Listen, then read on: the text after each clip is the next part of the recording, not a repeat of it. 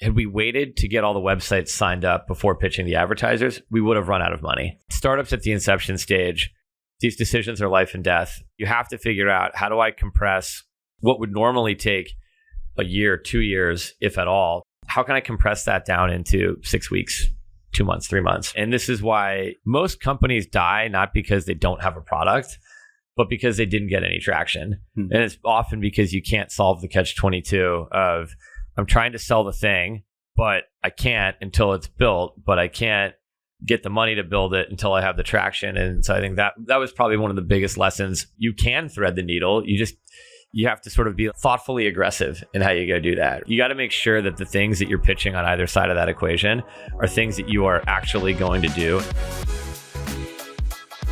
Ryan, how's it going? Welcome to the show. Thanks for having me. It's great to be here. I'm excited to have you. I think you're the first guest that has started 3 companies, sold 2 companies. A lot of stuff that you've kind of picked up on over the years. This is we'll start off with a listener question from Jeff Richards on your board. Nice. Notable Capital. Formerly GGV, now Notable. So what's just been the biggest lesson that you've learned founding multiple companies like this? Probably start on the personal side.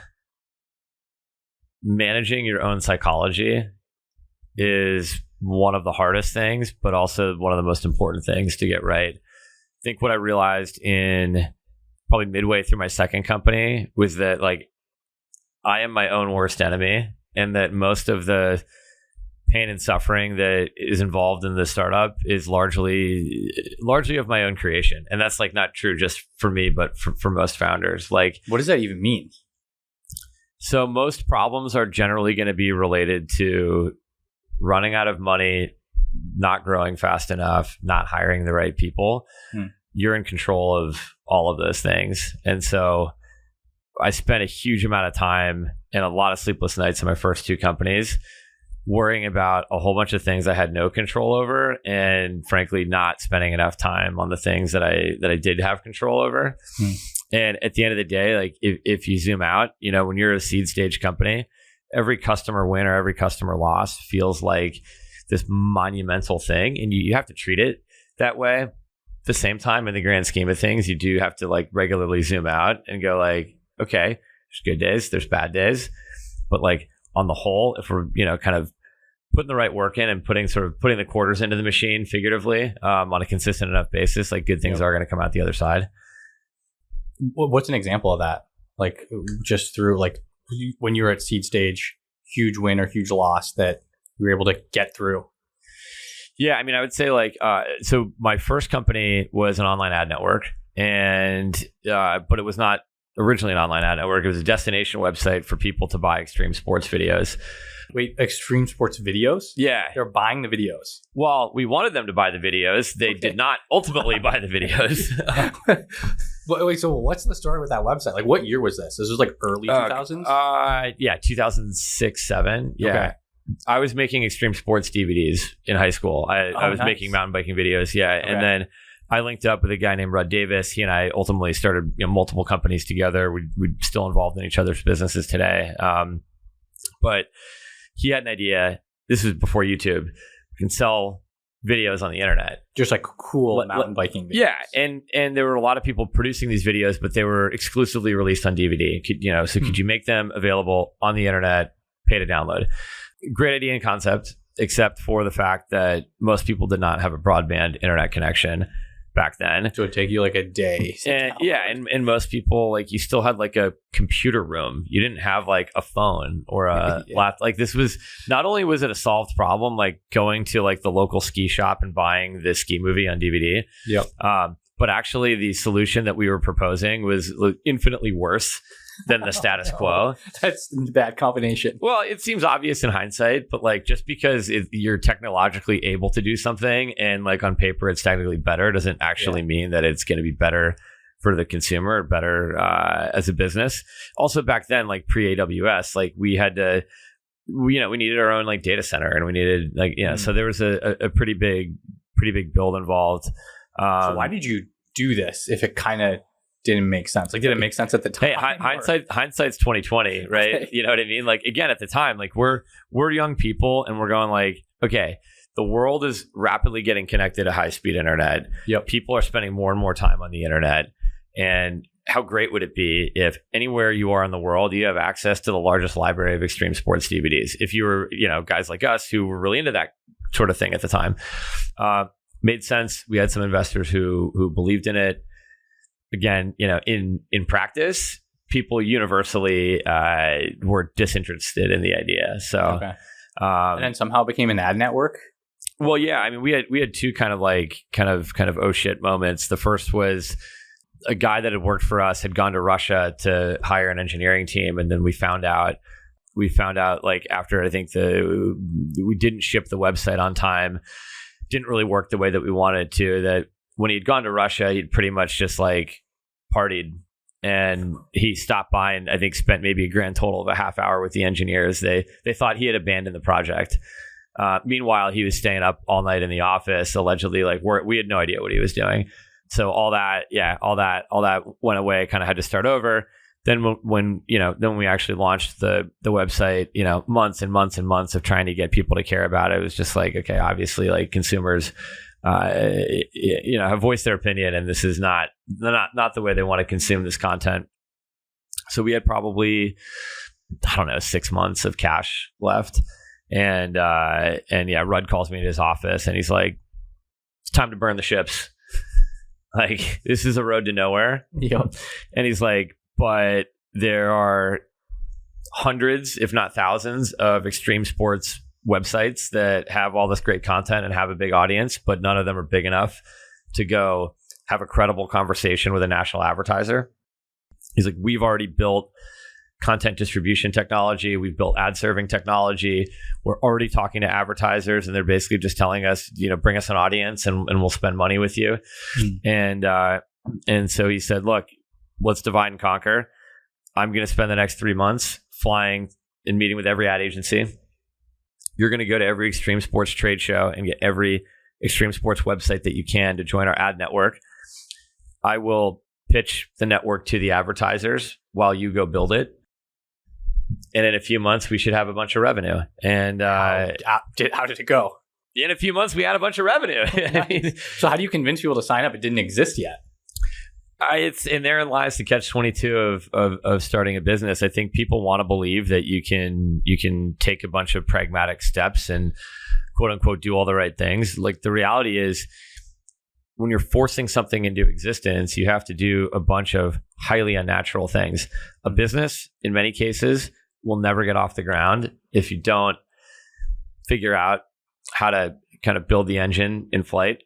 So in our case, what we were pitching to the ad agencies was a network of websites that we were intending to build, but did not totally exist yet. And what we were pitching to the websites was a roster of advertisers that we were actively pitching and actively engaging, did not yet have any signed deals. Okay. And I see this all the time with startups. I'm not saying that this is the only way to go get a company off the ground from scratch. But had we waited to get all the websites signed up before pitching the advertisers, we would have run out of money. Had we waited to get all the websites signed up before, doing the other way around, we would have run out of money.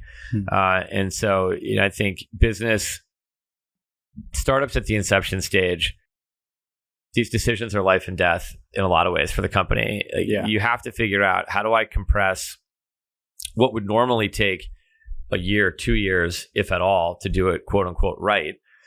How can I compress that down into 6 weeks, 2 months, 3 months, right? Yeah. That's your only advantage over whatever other business is trying to do. It's physically not possible, right? Yeah. And this is why, most companies die not because they don't have a product, but because they didn't get any traction. And it's often because you can't solve the catch-22 of, I'm trying to sell the thing, but I can't until it's built, but I can't get the money to build it until I have the traction and so on and so forth. And so I think that was probably one of the biggest lessons I learned working with Rudd in our first company, was he really opened my eyes to this idea of like, you can thread the needle. You have to sort of be like thoughtfully aggressive in how you go do that, right? Okay. Like you got to make sure that the things that you're pitching on either side of that equation are things that you are actually going to do and intending to do.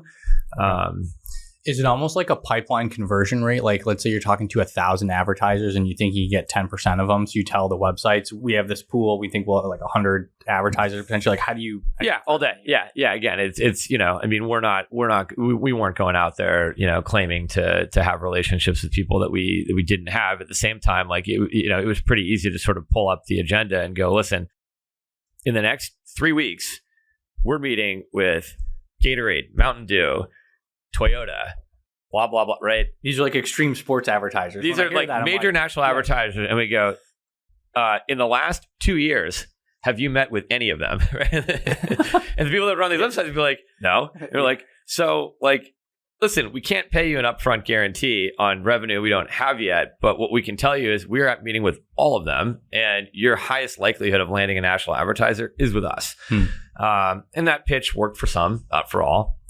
But it was an essential part of getting things going. But to your point about a pipeline, that's probably one of my other biggest learnings, having started 3 companies, is that a large pipeline for anything solves a myriad of problems, right? I mean, the easiest way to be less stressed when running a company in any situation, whether you're fundraising, whether you're trying to ignite growth, whether you're trying to land a big hire, build a bigger pipeline. Be relentlessly building a bigger pipeline.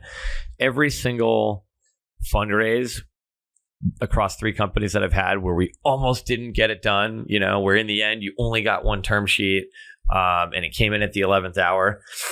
When I look back on all those situations, I think to myself, oh my God, if I had half the number of investors in that pipeline, the company would have been done. Or when I think about every time we've landed a really big hire, hey, if my pipeline of candidates was half the size, there's a really good shot the person we landed wasn't going to be in there. So I've heard people say that it's almost like a meme, like it's a pipeline problem. I've heard everything is a pipeline problem. So how do you build a big pipeline? And is there like a quality gauge, like shitty leads versus high quality leads? Yeah, you got to be barking up the right tree. Like I think that's like a huge problem for early stage companies when they're talking to investors. Is companies that I angel invest in, for example, oftentimes someone will send me their spreadsheet of like, here's everybody we're talking to for our Series A. Yep. I'll eyeball the spreadsheet and go, hey, newsflash, 2/3 of the investors in here are not Series A investors. So they're all going to take a meeting and they're all going to be really excited up until the point they tell you that they are for sure not investing. And I'm like, and I can tell you, I just went through this with a company a couple weeks ago. I'm like, I can tell you for sure that 2/3 of the people on this list are never going to invest in your company. And they're going to act really excited because it's their job to. Yep. But these are not Series A lead investors, for example, right? And so, but outside of that, like one of the things that I've really learned to appreciate over the years too is that certain aspects of the job never change. Like there is no substitute for working your ass off and just rolling your sleeves up. And, I think about, some of the executive hires that we've made at Electric in the last couple of years. Our COO, I brought him in. That was cold outbound on LinkedIn. And what did you say? Oh, I made up some story about how we were building like a IT industry COO operating advisory board. We may have, we may have, but like I just wanted an excuse to be able to reach out to people who I thought were really talented operators in the space. But again, at the end of the day, like we were able to hire him simply because I was sitting in my backyard one day and kind of freaking out about how the search was going with our retained search firm. And I just said, you know what, like, I'm just going to go spend an hour, do the work myself, go, and just see what happens. And, sure enough, that's what it resulted in. So it's almost like you treat it like a consulting or a part-time thing. Like you don't come on and say, I want to hire you. You treat it as like I'm looking to learn more about this, or I need help with this one thing. I think, absolutely. I think if you talk to most growth stage founders, some of their best hires are people that they've developed a relationship with over many, many years. It's a little naive to think that you can go hire a retained search firm and that the absolute best candidate is going to be somebody that you met 60 days ago who doesn't know you and you don't know them. It can work. I mean, for example, my CTO, who originally we hired as VP of engineering, almost 5 years ago now, that was a little bit of a shotgun marriage. I had my friend Nolan, who we'd hired as our retained recruiter on that one. He found him, and it was a pretty quick process, and hired him. It's worked out really well. That being said, as your company gets bigger, and as the job gets more complex, and as the cultural fit becomes really, really important, way better if you've known people for a long time. You've had your eye on someone. You've kind of both been sizing each other up. Then by the time they join, it's a much more natural fit. So yeah, it's a huge aspect. So you told me that you did sell the skiing video advertising network. Yeah. So what happened there? Just close out the story, I guess. Oh yeah, yeah. No, well, my so Rudd, my partner in the business, he was the CEO.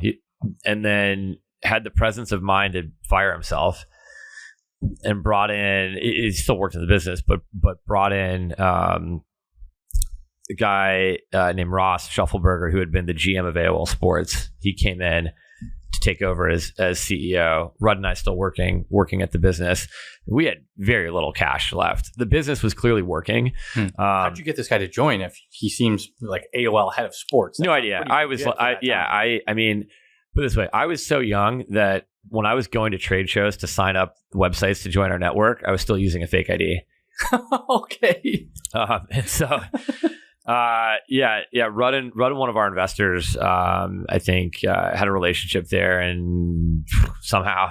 So again, it's just like you probably knew him over a long time. Somehow convinced him to join. He joins, and then he knew some corp dev people at Gannett, which was the parent company of USA Today. And so then we ended up selling the business to USA Today Sports on New Year's Day, 2008, which was interesting time. Yeah. Yeah. I mean, look, had we raised a little bit more money and then ultimately tried to then go like properly finance the business later in 2008, that obviously never would have happened. Also, the advertising market got beat up pretty good throughout the global financial crisis as well. So the fact that we were able to sort of find a home within a public company that was really looking at us as a cost-effective way to drive digital transformation, timing couldn't have been better. I wish we took some stock in the deal because we, would have gotten. Has it been up quite a bit since then? Well, no, I mean, if we had gotten stock in that company in the beginning of 2008, and then sold it when we left, but the deal worked out fine for everybody, so I can't complain. Yeah. Well, so I think you mentioned before that basically every single company you've been involved in has had to pivot, almost died, team issues, run out of runway. What was the second one? Yeah, so the second one, Rudd and I left LA, moved to San Francisco with the goal of building our first software business. We were super naive. In the online media business, particularly back then, two guys in a garage could snap their fingers and be doing millions of dollars in revenue. You could just stand up and there were hundreds of ad networks for that reason.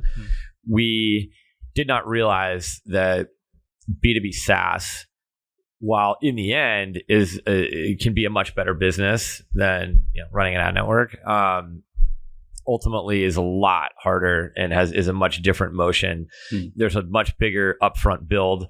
Building software versus just signing contracts to arbitrage ads on other people's websites is just a different game. Yep. Yeah, we were idiots. I mean, we moved up there and we were like, we're gonna raise a few $1,000,000, no problem. We're gonna hire our old team members, which would have been a horrible idea because they didn't know anything about software. And so for about a year and a half, we were unable to raise anything other than like the bare minimum amount of money. I mean, we didn't know anything about software. So we're going around pitching these VCs, and I think it was clear to them we didn't know anything about software either. I think it was clear to most people, most investors we talked to, that we didn't know anything. What year was this? I'm trying to timeline. 2012. Oh, 2012. Okay. 2012. So market was kind of recovering a little bit. Better. Yeah, it was a good time. I mean, but to give you kind of sort of a window into what the world was like back then. The only reason we moved from LA to San Francisco was because everyone on earth told us you will not be able to raise institutional capital if you're not in San Francisco, and you will not be able to hire engineers and build a product if you're not in San Francisco. Now, whether or not that advice was right or wrong, even back then, it was generally the prevailing wisdom that, like, if you wanted your software company to be successful, the highest likelihood of making that a reality was being in the Bay Area. So we moved up there. I don't think we adjusted our lifestyles, with the thinking that we weren't going to be able to raise money or pay ourselves for a couple of years. So it was like how would you recommend approaching that as a founder?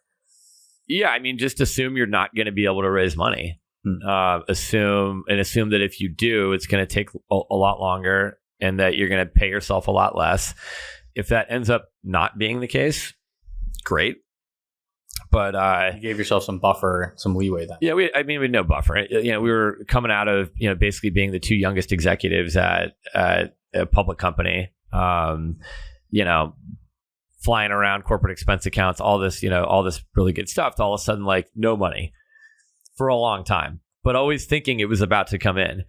And so, yeah, I mean, I just sort of watched as, like, I, went from, like, okay, it's not that bad of a situation, to, like, it's getting a little tight. To, finally, by the time we closed our Series A and could start paying ourselves something, I was leasing a Volkswagen GTI, and I had to turn the lease in a year early because I couldn't afford the payments anymore. I'd scraped the side of the door leaving a parking garage. And so I intentionally turned the lease in on a Sunday afternoon and just parked the car with the scraped side facing away from the dealer, because I was like, I think I probably had $1,000 in my bank account at the time, and I'm like, they're gonna ding me for more than $1,000 on the scrape on the door, And so, oh man, I turned, and I literally just could not cover the payments anymore. It was like $600 a month. It was killing me. I turned the keys in on my Volkswagen. The guy's like, yeah, it looks good. I sign off on it. And I just, like, skipped down the sidewalk. I'm like, okay, cool. I can, like, kind of sort of pay rent now. Extended your runway a couple more months without the. Yeah, well, and then the worst part is, so we closed Series A, and it was 219 post, and we were doing $1 million in ARR, and that was, like, considered a really strong series, not really strong, but, like, a good Series A back then. But still couldn't really afford to pay ourselves, and so I mean, we're paying ourselves enough, kind of, but ultimately, when I did the math, and I was, I had 2 roommates, had got rid of my car, all that, I couldn't afford to have taxes withheld and still be able to cover my rent and food for the month for what we what I was taking as a founder salary on the $2 million that we had raised. So what'd you do? I had the company pay me as a contractor, and then I just didn't pay taxes for 2 years. And then did you, like, obviously true it up? Yeah. I mean, that was the first thing I did when we sold. Yeah. I mean, but my view at the time was like, you got to make the cash flow work, I guess. My view at the time was like, okay, I can't pay myself more, and I can't afford to have taxes withheld and still be able to pay rent. I'm literally going to be sleeping in a car, which I don't have anymore. So that's off the table. So I was like, I'm just not going to pay taxes for 2 years, which, again, I do not recommend this to anybody. I'm just not going to pay taxes for 2 years. And either we're going to raise a much bigger round of financing or sell the company, in which case I can, on the minuscule amount of taxes I owe, can true it up and pay the penalties.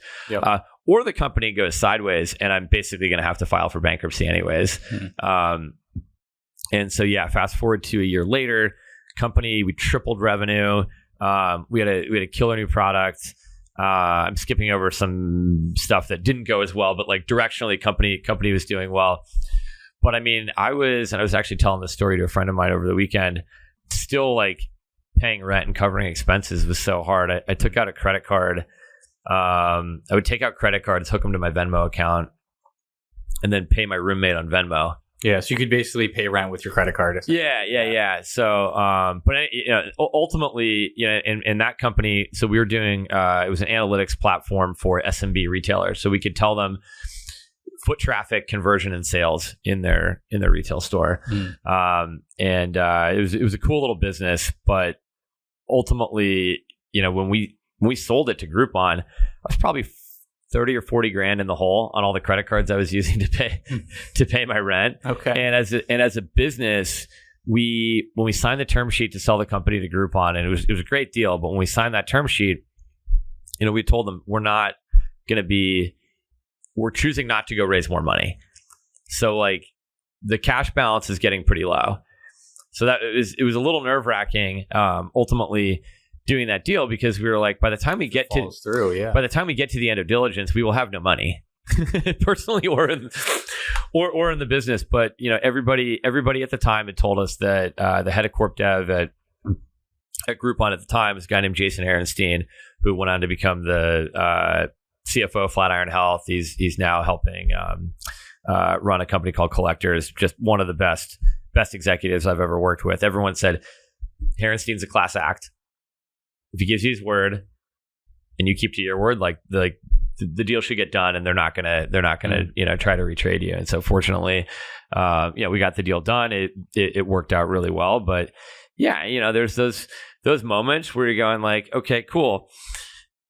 2 months from now, I'm either going to have successfully sold my company to a public company and done really well. Yeah. Or the company is going to shut down, and I'm truly going to be like bankrupt. So I feel like a lot of founders have that story though. Like this is a little bit less intense, but for me, like when I first started Banana Capital, my fund, I didn't realize you get paid the management fees for the fund in the following quarter. So I'd like completely gotten rid of my runway, and I was like, amazing.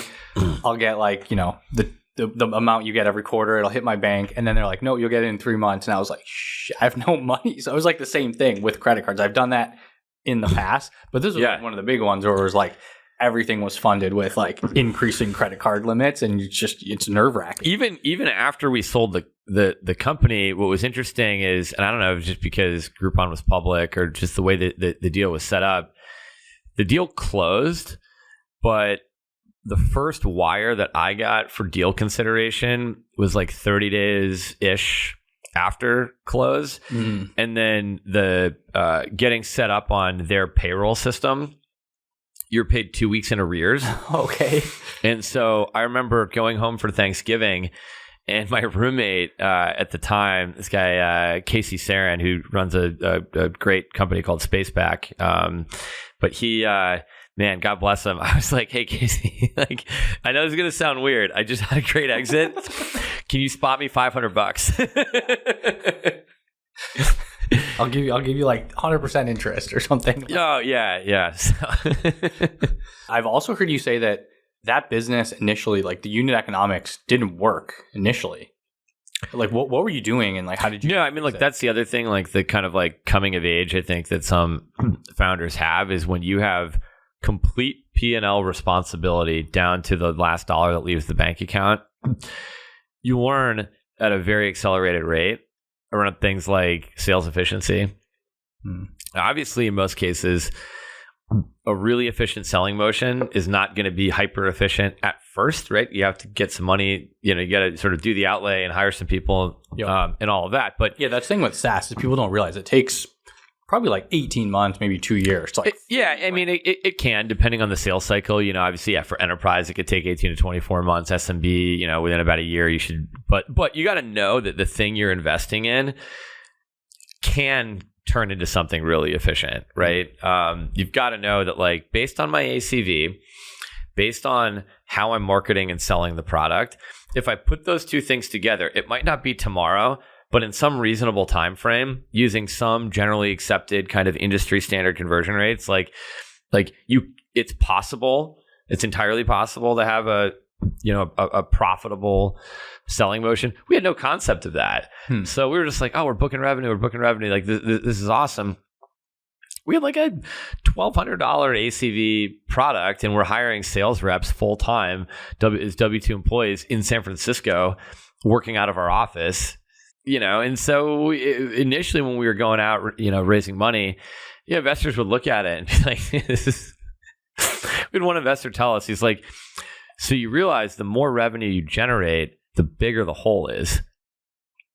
And we're like, what do you mean? And like, we literally had an associated, some VC firm, like rebuilt the financials for us. I think they just like felt bad because they were like, these guys are clueless. Oh no. And they're like, see, so like if you actually hit your revenue targets, the number of sales reps you're going to need and how long it's going to take you to get paid back, like basically all of the money that you're looking to raise right now will be gone in 8 months.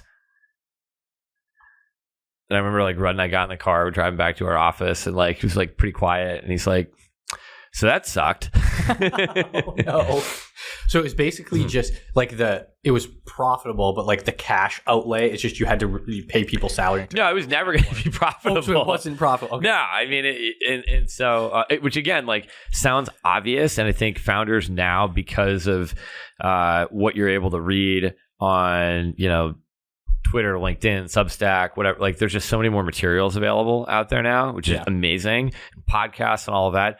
There were no podcasts in 2012, 2013. There were no, for the most part, there was not like some wealth of information you could just go read on the internet. Like the way you learned about unit economics is you went and built a business that had shitty unit economics, and you go, wait a second, I think I'm missing something.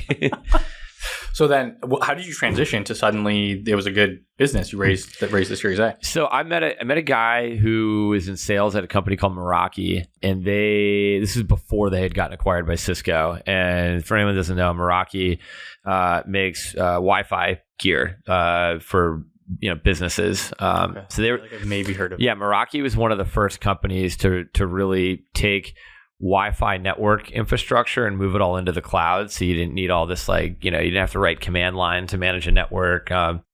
Really awesome company. Some of those brilliant founders that I ever met. But I'd met a guy who was in sales there, and their office was down the street from ours over on DeHaro Street in San Francisco. And so I went over there and I looked at their sales floor and I looked at how they were selling, and they were like, yeah, we sell through the channel. And I'm like, what TV? Yeah, I'm like, what is it? What's the channel? River? Like the channel, like the English channel? Yeah, it's like a British punk band or something. Like it no, and so then that's really where I got kind of this very quick education on indirect selling, partnership selling.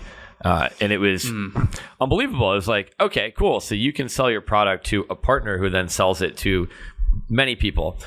In practice, indirect sales is quite a bit harder than direct sales, but depending on the product that you're selling, it can be significantly more effective and more efficient. And so, faced with the fact that like we had a working inside sales motion that was likely to never make us any money, that's when ultimately we, for that business, we just said, hey, let's go all in on selling through partners. And in the end, that was one of the things that gave us the revenue momentum and the traction to help us, ultimately, sell the business. So then when you're thinking about direct, indirect, do I do a channel partner? Do you have like a general process you'd go through to figure out if it's a good idea or not? Like if I'm listening to this, I'm like, holy shit, this could solve all my problems. Like, well, what should I think? Yeah, I would say for most startups, they try to go after partnership sales too early. The vast majority of the time, it never works. But I think people got to keep in mind is like the vast majority of the time, direct sales never works, right? Like, again, as I said earlier, most startups fail because they can't get traction, regardless of channel. They are not able to successfully generate demand for the product, even if they have a huge TAM. And so, as it relates to selling your product through partners, I would say that two things are really important. One is you generally need to learn how to sell it yourself first before you can enable somebody else to go sell it on your behalf. Because you're like completely outsourcing it to them. To the ROI for the partner, it has to be really easy and it has to be an obvious complementary and adjacent solution to what they're doing. So for example, in my last company, we had this retail analytics solution and we would integrate with your point of sale system.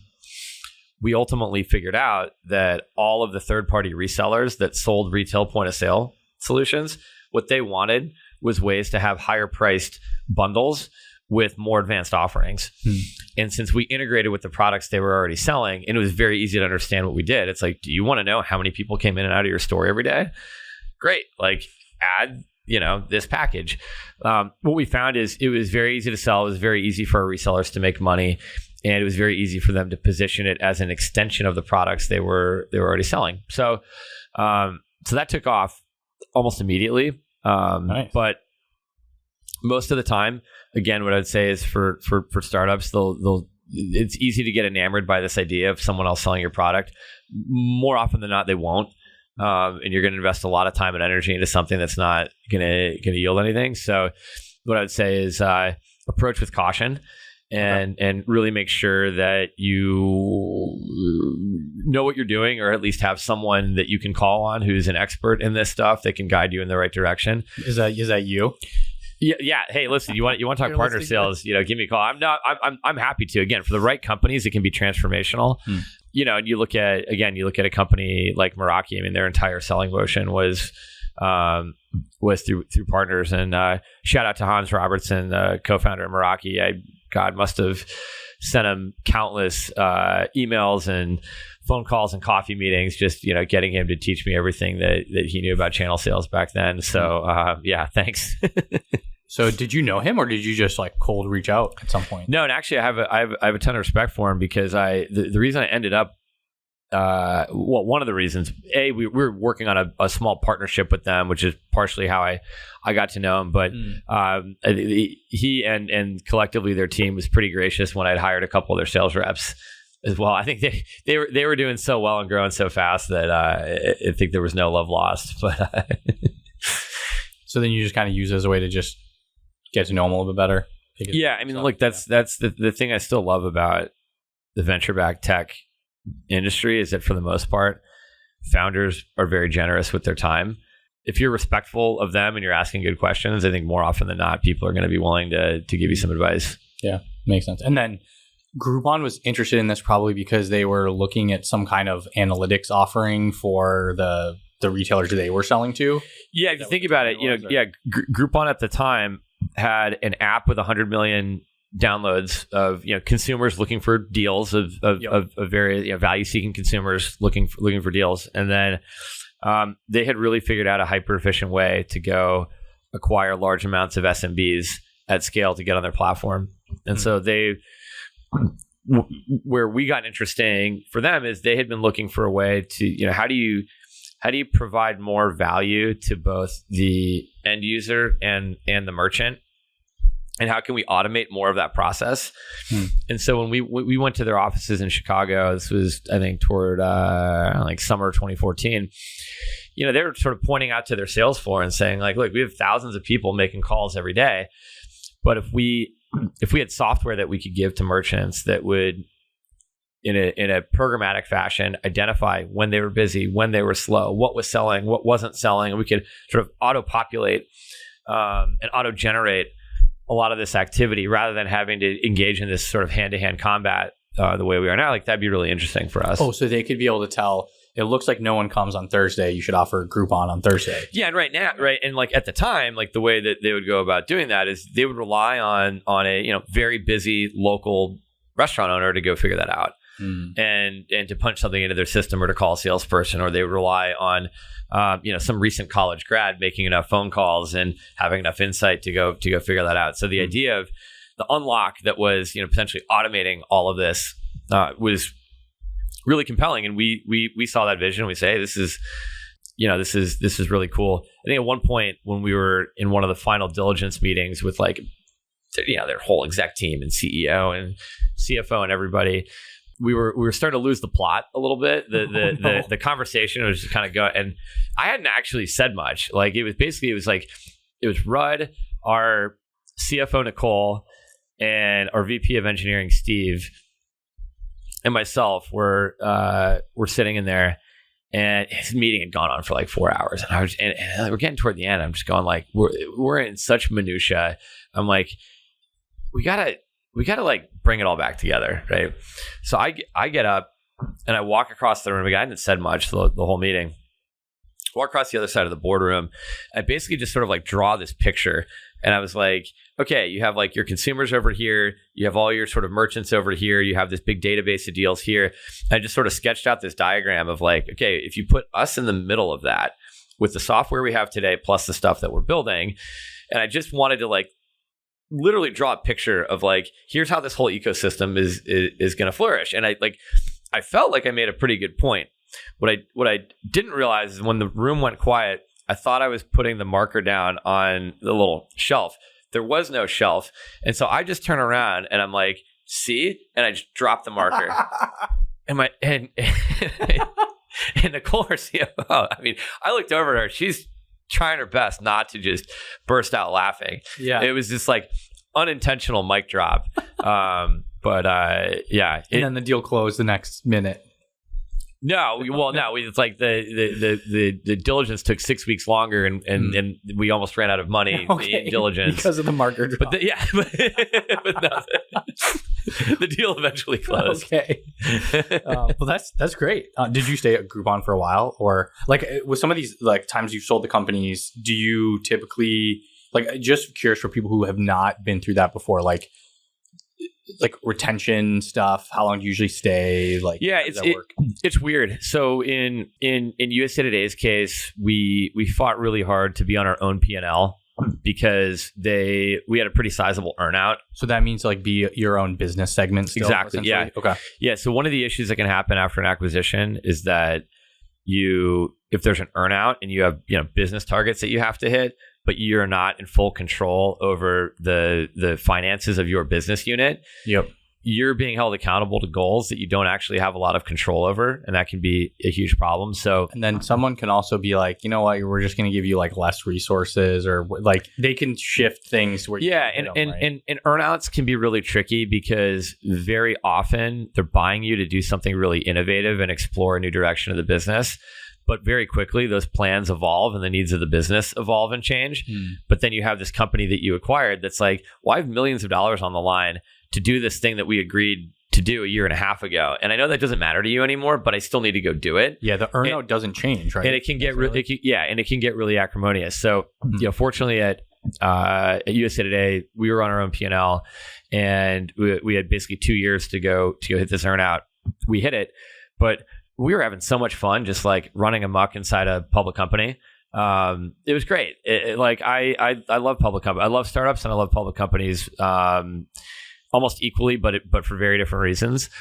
So we ended up, we stayed for 4 years, and we had a blast just like really helping that company get into digital publishing and programmatic advertising and all that. It was a ton of fun. Groupon was kind of the opposite. We got there, and then Eric Lefkofsky, who is the CEO, who was in charge when the deal got approved, he ended up stepping down as CEO about 3 months later, and Rich Williams, who was the COO, who became the new CEO, talented guy, but very different perspective on how to grow the business. And I think there were merits to both, but ultimately, his view was like, let's simplify and let's do fewer things better. And so part of doing that, we were sort of in a position where there was some cleanup work that we were asked to do with various parts of the Groupon business, but ultimately, instead of staying for 2.5 years, we had a very, very amicable split, and got to go home after about 14 months. So I ended up moving back to New York about a year ahead of schedule and getting Electric off the ground in the summer of 2016. And that's what you're doing now? Yeah. Okay. So what was the insight to start Electric? I guess maybe explain to us what it is, and then why start it back in 2016? Yeah. If you're a business that has an IT budget, so you're spending money on software, buying computers, you don't want to get hacked, but you are still small enough where you don't have an IT department, there are very few good solutions on the market. What are you probably doing back in like 2015, 2016? You're doing it yourself, right? So, kind of picture your typical, 25, 30 person company. There's an office manager is, making sure that the AV stuff in the conference room is set up correctly. Your, HR people are probably the ones figuring out how to get, Turner his laptop when he starts on Monday. This is not a great way for businesses that run on technology, like spreading out a bunch of technical responsibilities to non-technical people. Generally doesn't work great over the long run. Bad employee experience, waste of their time. Increasingly, it's going to lead to a higher likelihood of security breaches, stuff like that. So the market's dominated by thousands of local IT consultants, some of whom do a great job. They're just very, very expensive, and it's kind of an all or nothing proposition. You're going to pay me $40,000, $50,000 a year. I'm going to be your outsourced IT department. And there's like a guy will show up and like fix your Wi-Fi if it goes down, and like stuff. I mean, they'll take over administration of all of your applications and everything, and they'll do all that for you. Again, for a certain type of business that wants sort of like the Rolls Royce of outsourced IT management, some of these local consultants, they can do a great job. For the vast majority of, SMBs who are sort of younger, using newer platforms, a little bit more tech savvy, there was no lightweight modern solution. And so, I kind of felt the pain of that when I was running my previous company, and couldn't believe that nobody had started a software-centric approach to IT management for SMBs, a modern approach to doing that. So it doesn't seem that complicated. Like, it seems pretty straightforward. Like, someone should have built this by now. Do you know why it didn't exist yet? Yeah, so up until I would say probably 7 to 10 years ago, most SMBs were actually still on locally hosted software, and on a wide range, mix of cloud and legacy software. Okay, most of those things needed to be managed and supported either in person or in a very high touch services centric way, right? So like I think about, for example, my dad's company, he's got, I don't know, a dozen employees. They have a little office in Connecticut. And, 10 years ago, it's like he had a server in a closet, and that's what their email ran on. Yeah. Right. And so like that is not a business that you could run as a software business managing that email server. But in a world where, again, around 7 to 10 years ago, when this shift happened where basically any new business who was getting started was going to be on Office 365 or Google Workspace, and then all the new software they were buying was in the cloud. Well, now all of a sudden, instead of sending someone to the office, you could remote in, you could admin these things in an automated way through API. So like the timing was perfect. Like there was enough of a critical mass of SMBs who were in the cloud, still a huge replacement cycle to happen. But for the first time ever, you could actually manage IT via software rather than a pure play service. So it was essentially cloud penetration had hit whatever percentage, like the majority of new businesses coming online were all going to be using cloud-based. Exactly. Yeah. Okay. It was also the first business where the idea made a ton of sense, but also I just kind of fell ass backwards into it from a timing standpoint. Okay, I was going to say, it sounds perfect based on... It only took me 12 years and 2 other companies where I was extremely late to the party. I mean, God, when we started our ad network, I was like, wow, this is a great idea. And then you go online, you're like, well, there's 900 ad networks. Yeah. And it's a race to the bottom. So this was, finally, after a few swings, hit the timing. Yeah. Well, and you also have a .ai domain. Have you always had that? Yeah. So were you like, is there like an AI component here? Like, are you like a... Yeah, I mean, the plan from the beginning was always, let's leverage software to automate things that humans were doing. And as time goes on and we get more data, there's going to be some really exciting use cases for AI, either through software we build or license or what have you, right? Yep. I think interestingly, so we obviously electric.com we could not buy. It's like some lead gen site for like electric utilities. Okay. You probably have to pay millions for that thing. We offered, I think at one point, because it was a non-binding, we were never going to pay $5 million for the domain, but like we sent a non-binding offer for $5 million just to see what would happen. And they're like, no, like not even close. Wow. Okay. I think the company that owns it is doing probably 10 million in EBITDA. So like, I mean, it's unobtainable. Right? You'd have to pay like 10x EBITDA. No, the dot AI. I mean, like, but in 2017, I mean, we had multiple companies asked us if we were based in Anguilla. Because that's where the domain is. Like, yeah, I mean, no one understood it. No one knew about AI back then. But yeah, I think what was interesting is when we got the company off the ground and started building the software, what we found is you absolutely did not need AI to automate a huge chunk of these IT responsibilities. A lot of it was just was much more rudimentary than that, which was great, right? We didn't have to invest in a big build to go do that. Now it's kind of come full circle. You have all these AI companies, and we're like, yeah, we've been an AI company. Was there an AI component of some kind early on? Yeah, I mean, just a domain availability thing. Well, it was both, right? I mean, again, ultimately, when the original kind of basis of the company was to automate desktop support. Okay. So we'd integrate with Slack, integrate with Teams. The idea is you could really automate the IT help desk over time. Because we stayed so focused on the SMB, automating the actual support agent interactions was less valuable than simply kind of automating the whole stack and really automating the experience. Our customers are not IT experts, so our ability to proactively recommend solutions, to recommend configurations, to then carry out the deployment of these things in ways where they can just show up and be like, all right, the right employees have the right software and the right computers, and I can log into a dashboard and see that we're probably not going to get hacked today. Good thing to know. Look, it sounds really unsophisticated, but at the end of the day, I think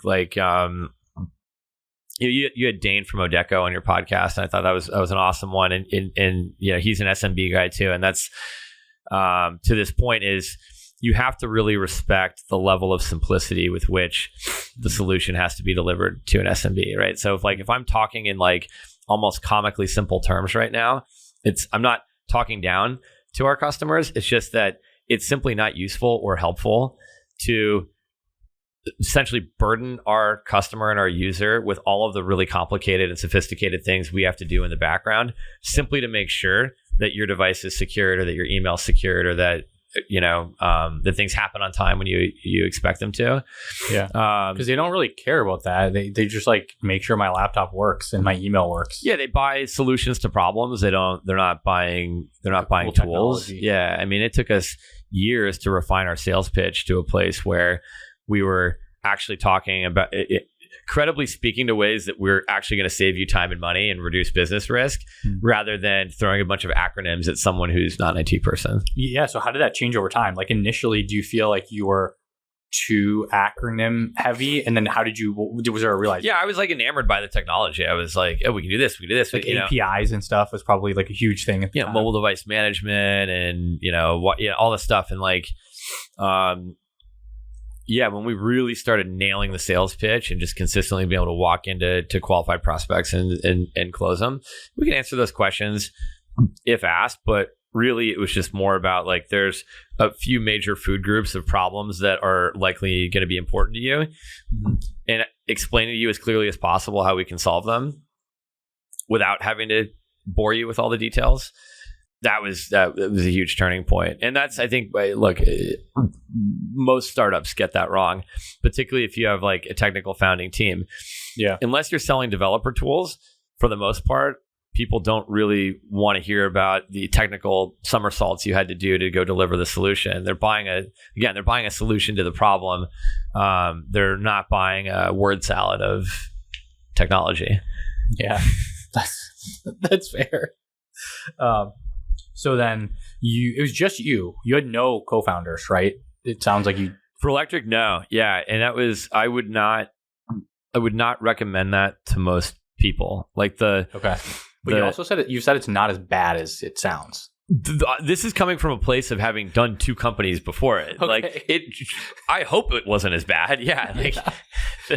The whole thing was, there is absolutely no way the first two companies would have been successful if Rudd and I hadn't worked with each other. Yeah, because it sounds like you like tag teamed like completely. Yeah, and neither of us were technical guys, but one of the things he was really excellent at was dividing and conquering and being really explicit at any given moment. Like, I'm going to do this, you're going to do that. We're going to stay aligned on this stuff, but like, hey, it's not going to work if we're both fundraising, or it's not going to be effective if we're like both out trying to sell, or if we're both trying to equally call the shots on the product. Like, do this, do that. I didn't always agree with 100% of the things that he said, but in the end, like directionally, it was all right. And so we just had to, we had to go do that.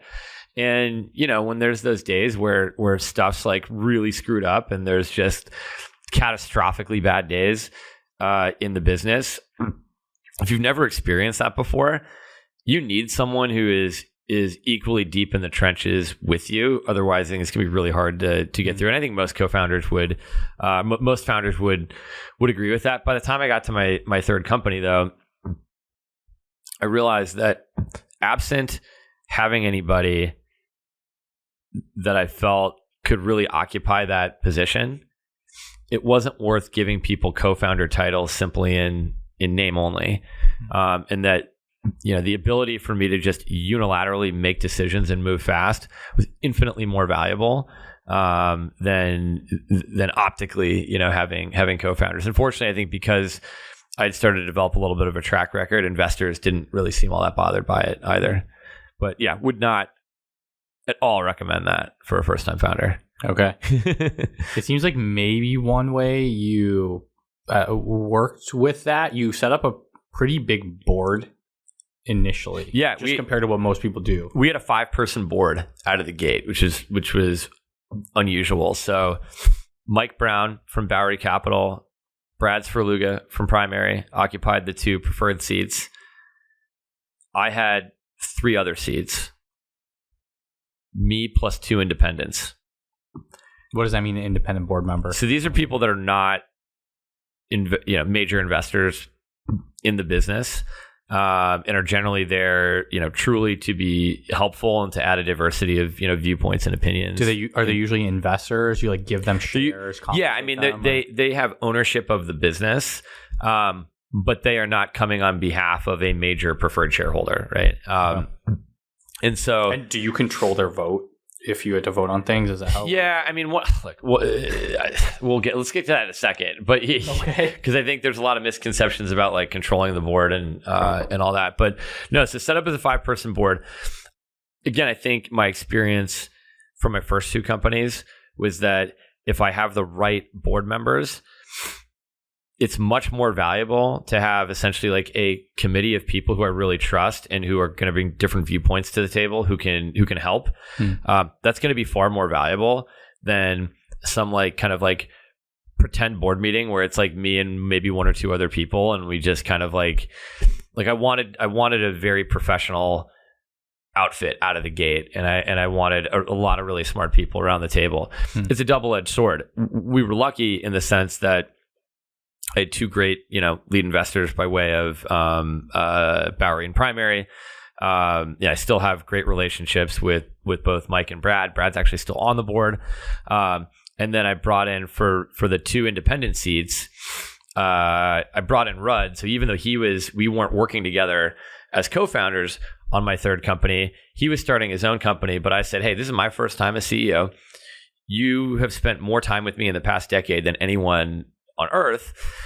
Like, I want you around the table. Yeah. Because you're going to be able to see things and call things out and give me advice and that truly no one else is going to be able to do. Yeah. So he joined as an independent, and then I kept the 3rd independent seat open. So it was like I had like 3 votes, like Mike and Brad had 2. But like, here's the thing is like, nothing ever comes to a vote, right? Like, I mean, obviously you're going to have to like option grant approvals and like, like low level governance stuff, but like seed series A, it's just like not a thing. Like, it's just like, does the company survive or not? Like, I remember at the series A when it flipped from basically like me having 3 seats and the investors having 2 to then turning into, I think it was a 7-person, or maybe it was still 5-person, whatever it was, it flipped. Bob Goodman from Bessemer joined the board. And I didn't have a stink about it, but I was just I remember as we were getting closer to the deal closing, I was like, well, Bob, then I don't control the board. And he was just like, dude, listen, you want to go where you're wanted, right? At the end of the day, if you're doing a great job as CEO, it's going to be fine. And if you're doing a bad job, we're going to have to address that. And whether or not you control the board, if this was a case where this was the next Facebook or something, and there was truly once in a lifetime meteoric growth. I don't know, maybe. But sort of his point to me was founders get overly religious about this idea of how many seats do I control and all that other stuff. And listen, some people are going to disagree with me on this, but at the end of the day, at the Series A, debating the minutia of the exact number of board seats, what you really need to be focused on is, am I getting the right people around the table? And am I maintaining these relationships in a way where we all operate with a high level of trust? If that's the case, virtually nothing will ever come to a vote like that. It's not going to get contentious. You're not going to have to protect yourself. If you suck, you should not be the CEO of the company. And if you control all the seats on the board, you're still going to suck. Well, and it's also probably, it sounds like if you have a good relationship with your board members, it's not it's you're sweating about this big vote that's coming up in a week, a couple days, and everyone shows up and you don't know what people are going to do. Yeah, and listen, just down the road, when you're a true pre-IPO, we're filing next year, and you're going to make a ton of changes to the board structure and the overall governance of the company. So I've seen early stage founders nuke deals because they didn't agree, or pass on a term sheet with a great investor and take one from a bozo because they, over dumb stuff like this. Again, at the end of the day, just focus on getting the right people around the table. So when you think about that right people, how did you approach it? What were you looking for, and just how you added to the bench there? Well, I'll tell you what, we got, without naming any names, there were 2 rounds in a row where we got either term sheets or were very close to getting term sheets from funds who are both out of business now. Okay. Interesting. So I look back on it and I go man, I got Bessemer, I got Bob from Bessemer in the Series A. Awesome. I got Jeff from GGV, now Notable Capital, in the Series B. Love those guys. They're phenomenal investors, both as individuals and their firms. But I go, had I gone in a slightly different direction, I would have had a zombie Series A investor and an AWOL board member, and then the same thing in the Series B. Wow. So what's the downside of that? Just if someone doesn't, if you can't conceptualize, what happens if they're dead and gone? No, look, it's a great question. One is my view has always been my relationship is and how I pick a lead investor. It's partner first. Okay. Then firm, then terms.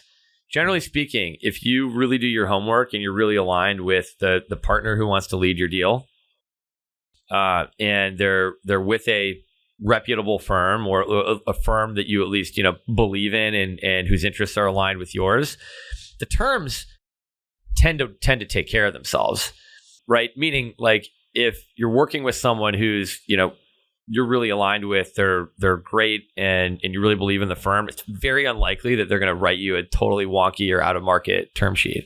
And I'd never, ever in any of the rounds that we've done took the highest price term sheet. Never took the lowest price, but founders for a while would optimize for every last dollar at the expense of having someone around the table who's really going to be a great partner through thick and thin over many, many years. I think people forget about is, you can fire an executive. It's very hard to remove a board member. Minimally, it's very unpleasant. And it's even harder to get people off your cap table. Now, obviously, it would be a very extreme case where something like that would be necessary. Yeah. But to answer your original question, in the small percentage of cases where the board member you have leaves the firm that they're with, it definitely introduces a bunch of risk. If you made your decision based on feeling like that person, hey, Turner's going to be my long-term partner in the business and we're really aligned on stuff, it can really open up some risk getting a new person in there. That can be tricky, but it's even worse if the firm goes away. So now they've got all this money on your cap table, but when I think about like when we raised money in later rounds, our early investors continued to take their pro rata, continued to help fill rounds and make each fundraise successful. When you take that away, everything becomes a lot more difficult. I mean, if you go out to go raise a Series C and your Series C lead is like, cool, we're going to put in, $50 million on a $100 million round, and no one else is taking their pro rata, that's a lot of extra work that you got to do. Yeah. Yeah. I have a couple of portfolio companies that have gone through that where it's like their seed or their A doesn't exist anymore. And it's a little bit harder. It's actually interesting. One of them, they've been like trying to get people to sell secondaries in the round because there's been like a ton of demand. So I guess if the company's doing really, really well, maybe that's not as Look, bad, if the company's doing really well, a lot of your problems get solved. Yeah, but like we're talking about not exactly the biggest issue at that point.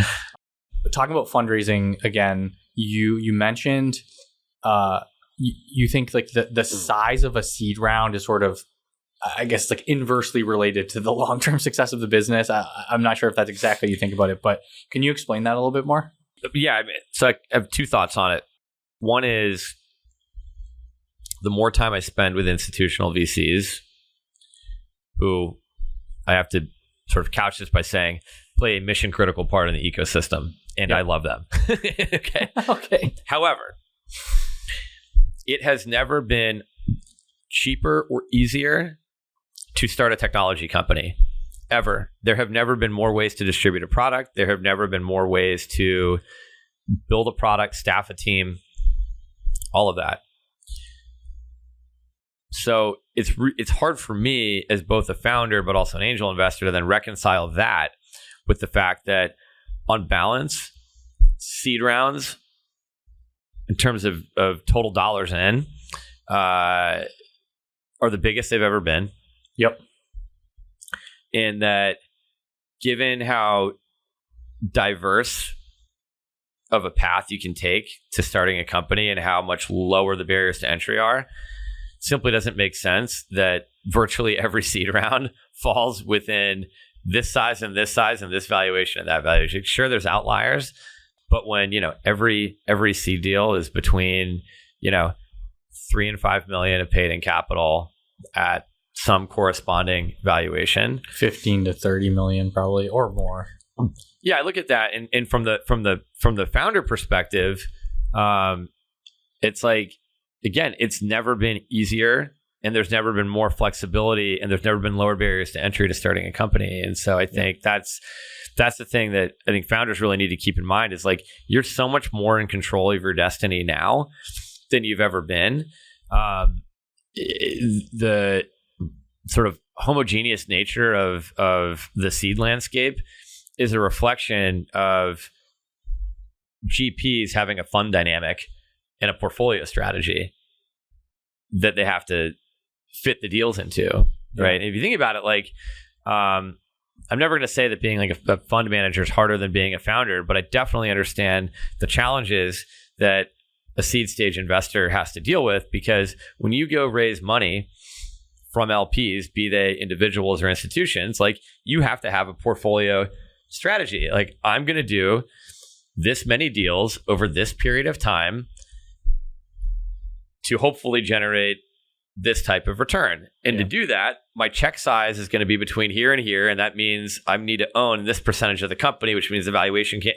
And so again, I feel for a lot of these seed investors, because what you're looking for is a hyper specific deal structure in a world full of businesses that look very, very different from one another. And so I think founders increasingly are all getting driven to a nearly identical cookie cutter style of seed investing, not because that's what their company needs, but it's because that's what the funds need to manage money professionally on behalf of institutions. Yeah, that's fair. So the episode that came out right before this, we talked about why it's bad for the VC to invest in too high of a valuation or too big of a round? From your perspective as a founder, why do you think it's bad to? Oh God, it's a nightmare. It's like, this is going to be true till the end of time. Okay. Everyone, for the most part, founders can be very responsible and pragmatic up until the point they get a frothy term sheet. What's a frothy term sheet for someone who doesn't know? Too much capital at too high of a valuation relative to the business performance, current or anticipated, right? Okay. And so at the end of the day, if you raise too much money at too high of a price, you're setting the bar unrealistically high for the next round. And as a founder, optionality is the greatest gift you can give yourself. And so the more that the round, the terms and the money that you're taking, the further that gets away from the reality of the business you're running today, the less optionality you have. There are some cases where maybe you're in a capital intensive business, or there's a very specific use of those proceeds that would justify an outsized round like that in the early days. But more often than not, you're hurting your chances at a successful follow-on financing and growing the business, not helping. And I see this now, even in my own company, as we're launching new products and getting things to market. More money and more people does not increase your likelihood of success past a certain point. Why not? Sounds like it would. Yeah. When you have a nascent product, a nascent selling motion, you're getting an MVP out the door, the work will expand to fill the resources available to it. That's why big companies can never get anything done, right? I mean, both public companies I worked at, even with the best of intentions, if you get 12 product managers in a room, it's going to take you forever to get anything done. You can have like 8 meetings. Meanwhile, you have 3 people working on something. They're going to be able to bang something out in a weekend that's probably going to get 80% of the of the impact of what you're looking for. And so, the same is true in early stage startups. If you raise, 5-6 million in a seed round and you go hire 25 people for a problem that probably only requires 5 or 6, you're not doing yourself any favors. Not only are you not likely to get to the answer faster, and of course there's exceptions to every rule. Not only are you not likely to get to the answer faster, you're going to get there slower. The inertia of getting 20 people to do anything versus 5 people to do anything. I mean, I think about in the early days of my last company at Swarm, it was me, Rudd, and Steve, our head of engineering. And we would just like stand up new products in a weekend and then be out selling it 2 days later and generating revenue. And think about in the early days of Electric, there was, me, our sort of founding head of engineering, sort of founding head of sales, and our first support guy. 4 of us would sit at a table and be like, hey, so we talked to 10 customers over the last week. They need this. Want to do it? Yeah, let's do it. Yeah. Versus like, let's aggregate it all in the spreadsheet. Let's rank it all. Let's get everyone's input. You just went and did it. Yeah, exactly. Okay. Seed round. I've heard you mentioned with Electric, the very first round you raised, you almost wired the money back right away. Yeah, I don't know why. I don't know why I've told that story a bunch lately, but yeah. So obviously, even though it was my third company, sole founder, first time as CEO. Mike from Bowery, Mike and Lauren had written me the term sheet, signed it. We did the first close of the first $1 million, and then I was out just kind of rounding up the second $1 million, which ultimately, Primary and a few other folks did. But in that in between time, right before we had launched the product and before I'd done the second close and actually formally hired anybody, I was sitting on my couch at home one night thinking about all of the potential competitors, all of the ways that it wouldn't work. And this doesn't happen often, but like I had this like kind of fleeting moment of existential dread. And I was just like, had momentarily convinced myself it wasn't going to work. And yes, for about 30 minutes was like, could I just send the money back? And like, then what would happen? And like, would that be a bad look for Mike and his LPs? Yeah. And all this other stuff. But thank God I didn't. But I don't know. It was like doubts will enter your head, but at the same time, snapped out of it. So yeah. Well, okay. So that obviously you didn't do that. You kept the money, started building a company. You raised a couple more rounds. I guess we've kind of been talking a little bit about fundraising. What have been some of the biggest lessons you've learned just in terms of the A, B, C, D? I think that's what's all public that's out there. Yep. What do you think you've kind of biggest lessons on what to do, what not to do, the framework for just getting that landed, getting the money in the bank beginning to end? Yeah, I mean, just a couple off the top of my head is build relationships with great investors well in advance of actually needing the money. I knew, for example, every single round, if I look at it, like I knew Mike Brown when he was still at AOL Ventures, even before he started Bowery. And then by the time I actually came back to New York and started, working with him and Lauren on the initial idea that became Electric, like we already knew each other and we were really comfortable working with one another. Jeff Richards, he led our Series B and Series D. I met them right after our seed round. And gotten to know him and his team and some of his other partners. And so how do you know, like meeting Jeff, he's like a later stage, like Series B, why would you talk to him after your seed? Well, look, that's also like you got to be really careful about that too. What you don't want to be doing is going out and just like taking coffee meetings with a bunch of late stage investors when like you need to be shipping product and signing customers. As with most things, nuance is really important. It's, for example, like at the seed round, once you have solid product market fit, the business has traction, and you're really starting to kind of rev up the growth engine, it's really important to kind of go to some of your other investors around the table, other founders that and say, hey, like, who's the best Series A investor that you know? Or who are some of the best people that we might want to start to get to know before the next round?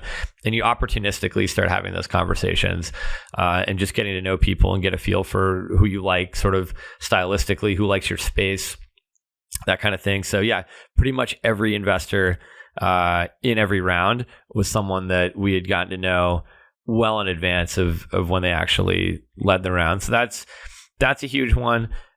Second big one, we talked about this a little bit earlier. You got to have a huge pipeline. You will just be stunned, even in rounds where, if they happen really quickly, and you end up not having to do sort of a whole big dog and pony show. The reality is, you can't put the business at risk. You really need to understand that, like, I've got a sizable list of highly qualified, great fit investors who know me, so that I'm not left empty-handed by the end of the process. Another thing is you just want to run a really tight process. Nowadays investors definitely want to spend more time getting deals done. It's not, I hope we never go back to 2021 where, people would literally send unsolicited term sheets and all this other stuff. I don't think that was good for anyone in the ecosystem. And, now more than ever, you need to give people time to know you and know the business. But at the same time, you need to run a tight process. You need to be, you need to, have your act together and have a really clean data room, have everything ready to go. Make sure all the trains are leaving the station at the same time. A huge mistake we made that Rudd and I made at Swarm when we were raising our Series A initially was we took meetings on a rolling basis. And so what that meant was I would meet with you today and we'd pitch you for the Series A, and maybe you'd start doing some work on it. And maybe, we'd be 6 weeks into the process. Maybe we're getting close to an investment committee. And then we'd get introduced to like another investor. And so we'd be starting that conversation brand new from the start. So I'm at the beginning of this conversation, at the end of that one with you. And so we spent 9 months until we got to a place where we actually like got a term sheet. In reality, if we had just sort of made a list and said, here are the 25 most likely people to invest, and had all of the first conversation and actually run a process, you're going to get to a yes faster. But also, if the fundraise is not successful, you're going to get to a no faster. The last thing on earth the situation you want to be in, other than running out of money, is being out in market for a really long time, just eating shit. And then, word gets around, God, those guys have been out there forever. Yeah. No one wants to, they can smell it on you when you walk in. And that's, it still is a little bit of a momentum game. And, you just, that's an unforced error. You can totally avoid it. Yeah. I think I remember you mentioned, it was on another podcast, I think your Series C, you're like, you had a huge pipeline. You went in and just like, it seems like people are really interested. Then what happened once you kicked it off? So here's the thing is, in the end, we still had a bunch of interested people at the term sheet stage, which was great. But relative to the number of people at the top of the funnel at the start of the year, it was a fraction of that. So, and in the end, it was a really successful round, and we had multiple folks, who either were putting down a term sheet or about to. But I mean, out of the gate, there were probably 20 firms that, within a 2 or 3 day period, just all called to pass. So, and you thought that they seemed like they were pretty interested. This is something that like Jeff Richards drills this into the heads of all of his founders. A great conversation is not a term sheet.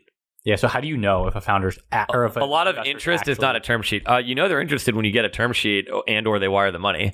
And actually, one of my Tom Peterson from Rally Ventures, who led our Series A at Swarm, I think one of the things he told us, he's like, one of the ways you know an investor is interested is if they change their schedule to meet with you. Because you know that they're prioritizing it in some cases. Yeah, but for the most part, like, and I think a lot of investors are still pretty bad at this, is like they'll come up with reasons why they, we're still looking at it, we're thinking about it. That's a no, that's a pass. Yeah, for sure. Yeah, I feel like you can usually tell. From my perspective as an investor, I usually try to follow up within 24 hours. Like sometimes I might just have too much going on that day, but I try to like pretty quickly just confirm something, say whatever the action items, the follow-ups were. Well, like there was a tweet going around recently, and it was a founder who shared a pass email. I saw that from an investor, and while the email maybe could have been worded in a bit more of a diplomatic way, as a founder, and I know a lot of people agreed because I basically said that this guy was entitled, and that was a totally fine email. And I think my repost of that tweet got probably half as many likes as the original one. So I felt somewhat vindicated that people aren't crazy. But yeah, basically, for anyone who didn't see it, a founder posts a screenshot of a pass email from a VC. And the pass email basically says, in so many words, like, you don't break out any of your expenses, so I have no idea how much money you're spending on anything, sales and marketing or otherwise. While you have 100K in MRR, your churn is astronomical, and so I have to value the revenue as essentially zero. All that being said, I would still do the deal, but at this price, not that price. Any founders here who have raised multiple rounds of financing, I think would all probably look at that and go, "Man, I wish I got more emails like that." Sounds like a top 10%. Yeah, sounds like an amazingly helpful email. Digging around a little bit, I think this founder just struck me as someone who's less experienced, but posted it and framed it up in a way of like, this VC begged to meet with me. I sent him the deck, and this was his response. We did not take his money. And it's like, dude, shut up. Like, you should be so happy to get clear, crisp feedback from an investor like that. And by the way, the reason that a lot of investors don't send pass emails like that is because of stuff like this, where immature founders put them on blast for things that are actually quite respectful and quite helpful. So, what's the most common way that VCs pass? Like just not doing any, like just I would say 50% of the time it's follow up that is so slow that they essentially bow out of the process without even bowing out. That's a really common one. The second one, at least that I've seen across the three companies, is they'll come up with some very tactical thing about like the market or the unit economics or whatever. Look, the reality is, in an early stage company, there are plenty of totally valid reasons. They don't believe in you. They don't believe that you are actually going to go get the job done. Anytime you point to, unit economics or small TAM, it's like, well, for a business that doesn't exist yet and will likely have many different evolutions. Yep. At the end of the day, most early stage investors, while there does have to be like broadly a thesis that they can write it around, they can write their memo around. They either believe that you're going to be a great steward of their capital and return money, or they don't. And it's just, I mean, look, even when I am doing angel investing and I pass on stuff, like I find it hard. Like when I'm going to tell a founder, like, hey, I don't believe in you. Sounds interesting. I just don't think you're a killer. I don't think you're going to get it done. How do you say that diplomatically, or like in a way that's? I mean, for a while I didn't. I just like did a lot of deals that are all probably going to go to zero. I mean, okay. I've been really lucky that the angel investing I've done over the last 8 or 9 years has, on the whole, been very, very successful. But as with anything in the angel world, that also means that 80% of the deals I've done have yielded nothing, right? Yeah. And when I go back, I look at the 40 some odd investments that I've done. Time and time again, the ones that don't work out, it's the founders came out of a high profile company, or they went to the right school, or otherwise look like the right founders on paper. Yep.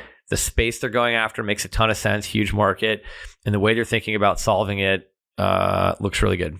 That all seems like a non-VC check. thing. Yeah, so for like a couple year period, me and a couple of friends that I did a bunch of angel investing with, we said, hey, let's increase the number.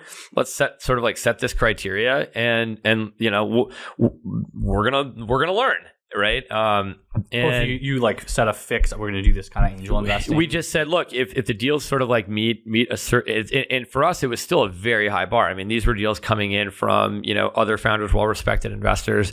I mean, the vast majority of these from that vintage that most of them are probably going to go to zero. It was, talented founding team, big space, kind of compelling prototype, all of that. None of them moved fast enough, iterated fast enough, or really had enough of the killer instinct to get traction. 100% of them died because of lack of traction.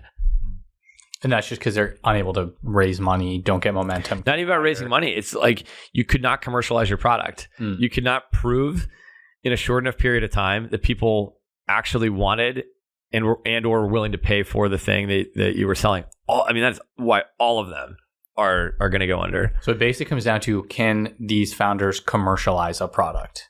And then that leads to all the other things that go right or wrong. Without traction, it's a research project. Yeah. In 2022, I know you made some big changes to electric. Mm-hmm. That was another question from Jeff. He's like, you kind of rebooted the business. What'd you do? And you made that decision fairly early in terms of when other people kind of made similar decisions. Two big changes. And again, for anyone who's not super familiar with our business, providing it's outsourced IT management to small businesses from 2017 to the end of 2022, it was a mix of software and services. Oh, you actually had people that would go to the sites sometimes? It was like a remote help desk, but mix of software and services, and sold it all with an inside sales team. Very, very predictable revenue, very high cost of sale, not the best from a retention standpoint. Scaling a services business like a SaaS business is just going to be a bunch of issues, and ultimately the way that it was set up from a margin standpoint was never really going to get to pure software margins at the rate we were going. You wanted to get there eventually, though, right? That was the goal. Yeah, and so we looked at it and said, okay, so what do you do, right? And it's like basically with a business like that, you kind of have two options: actually go all in on services and start generating huge EBITDA and just grow it differently. And is that a smart way to do it? We ultimately looked at what our customers wanted and what they were asking for, and realized that going all in on the software, while we were going to actually essentially have to walk away from a huge amount of our revenue in order to get there, a more partner channel-led sales approach, and a more software-centric approach to solving this problem, we could have a very, very high growth business with products that were accessible to almost any SMB, and be able to grow that as a company that may never need to raise more money again, which is ultimately kind of what everybody wanted in the beginning with the company. But the only way to do that was to commit to a massive transformation. So at the beginning of 2023, made the tough decision to do, take a substantial amount of cost out of the business by way, predominantly of layoffs. Was one. Two, rewrite all of our products from scratch as native, like true native SaaS applications that could be packaged in a million different ways and bought and deployed in a lot of different ways, and rewire the entire go-to-market function around something that was going to be significantly more efficient. In the end, it was all about making products that could be consumed by as many SMBs as possible, make that as easy as possible. Software was the best way to do it. So fortunately, what the market wanted aligned well with a high margin, high growth centric model. But yeah, I mean, that was 18 months ago. So, 2023 was the huge reorganization. Now we're a little over midway through the year, 2024. Products are on market. We're working on some, massive partnership deals, and glad we did it when we did it. In a lot of ways, kind of what I told the team at the time is like, there's two ways this is going to go down.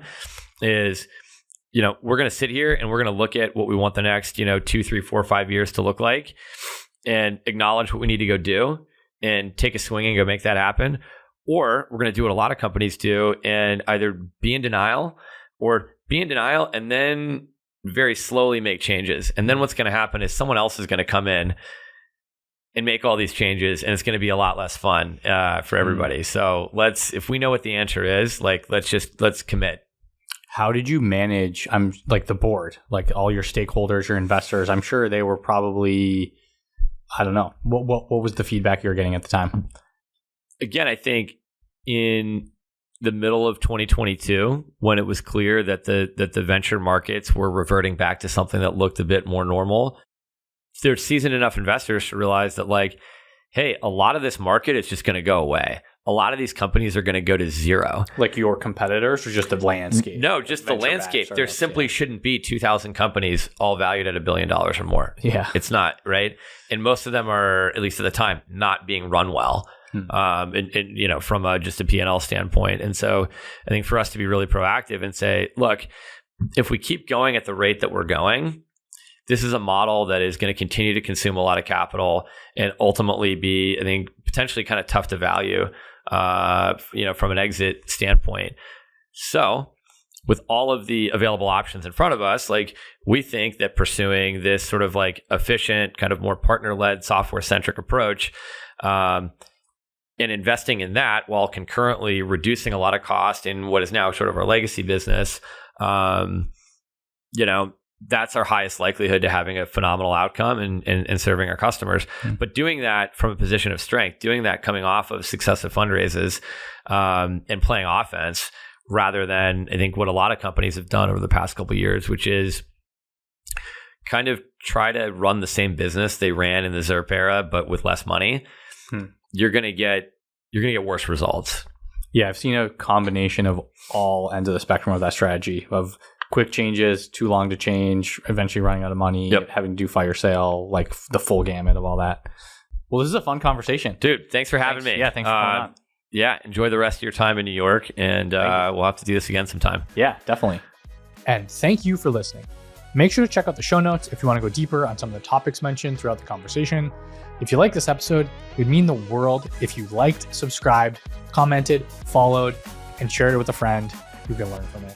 And if you don't want to miss future episodes, subscribe to my newsletter, The Split, in the show notes, and you'll get links plus a transcript for every new episode emailed directly to your inbox. Thanks again for listening. See you in the next episode.